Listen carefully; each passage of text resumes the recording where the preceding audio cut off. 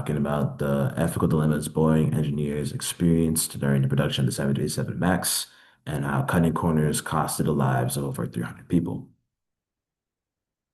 So to introduce the case, back in 2018 and 2019, Boeing experienced two separate crashes that resulted in deaths of 346 people.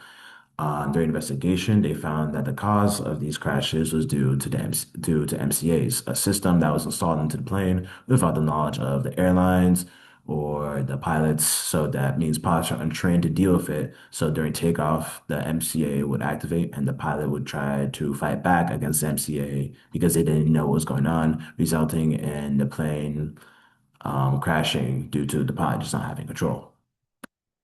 MSAs are installed to resolve an aerodynamics issue that Boeing experienced during the design and creation phase of the 737 MAX.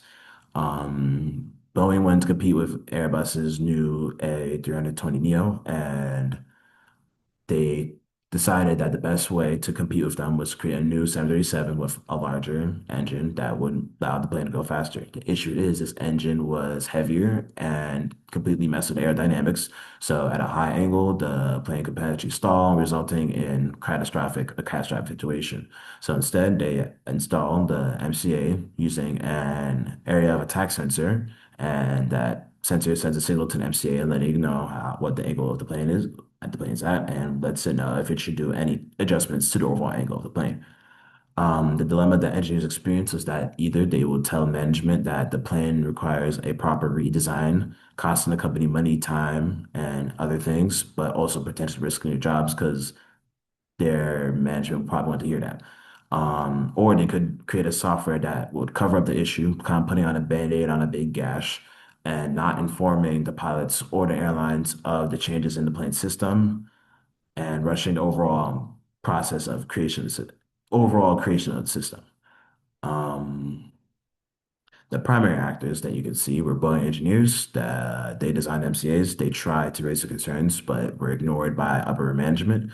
Upper management pressured the engineers to create into rushing the entire system and prioritize profit over anything else. The FAA allowed Boeing to test the aircraft themselves rather than have an unbiased third party decide if it was ready to be flown or not.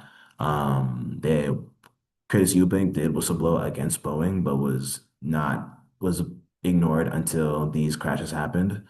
The pilots lacked any information, and the airlines bought these planes expecting that the pilots would not need to be retrained, nor not knowing that there was also a whole new program that completely changed what they played through.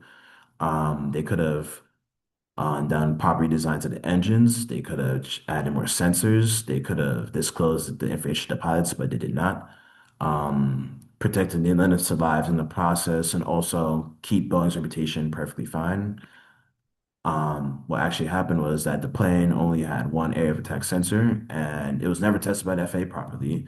The system remained hidden and the consequences you can see were egregious, and Boeing still is recovering from the issues to this day.